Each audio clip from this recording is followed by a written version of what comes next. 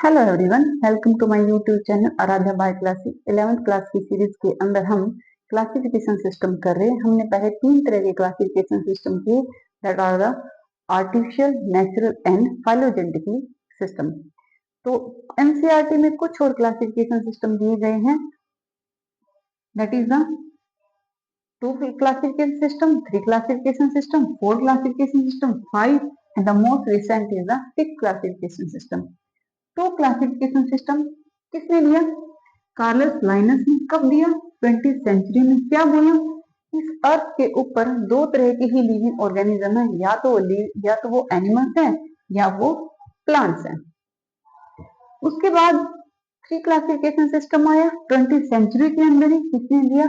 Earnest हैक्केल ने दिया। क्या बोला कि अर्थ के ऊपर एनिमल और प्लांट के अलावा कुछ और ऑर्गेनिज्म है जिसको किसकी कैटेगरी में रख दिया गया? Protista.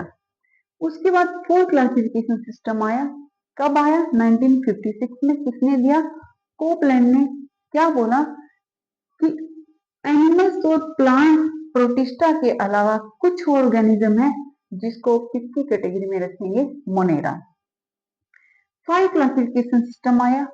5 classification system most acceptable system है और मोस्टली साइंटिस्ट ने इसको एक्सेप्ट किया था।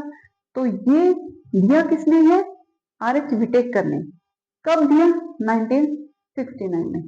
क्या बोला कि लिविंग ऑर्गेनिज्म को 5 कैटेगरी में डिवाइड कर देते हैं, जैसे कि Monera, protista, plenty, fungi and animals.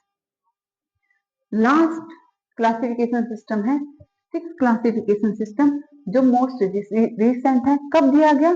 1990 में। किसने दिया? कार्ल वुड ने दिया। क्या बोला कि ये जो मोनेरा था इसको भी डिवाइड कर देते हैं। किसमें? आर्की बैक्टीरिया में, यू बैक्टीरिया में, और उसके अलावा क्या मिले? Protista, fungi, animal and plant. 5 classification system और 6 क्लासिफिकेशन सिस्टम में अगर हम डिफरेंस देखें तो डिफरेंस क्या है कि मोनेरा, प्रोटिस्टा, प्लेंटी, फंगी और एनिमल्स थे, लेकिन 6 क्लासिफिकेशन सिस्टम में इस मोनेरा को 2 ग्रुप में डिवाइड कर दिया। एक को क्या बोला गया? आर्की बैक्टीरिया, और दूसरे को क्या बोला गया? प्रोटिस्टा। बाकी दूसरे को क्या बोला गया? You bacteria. बाकी प्रोटिस्टा, फंगी, एनिमल्स और प्लांट्स सेम कैटेगरी के हैं। Thank you.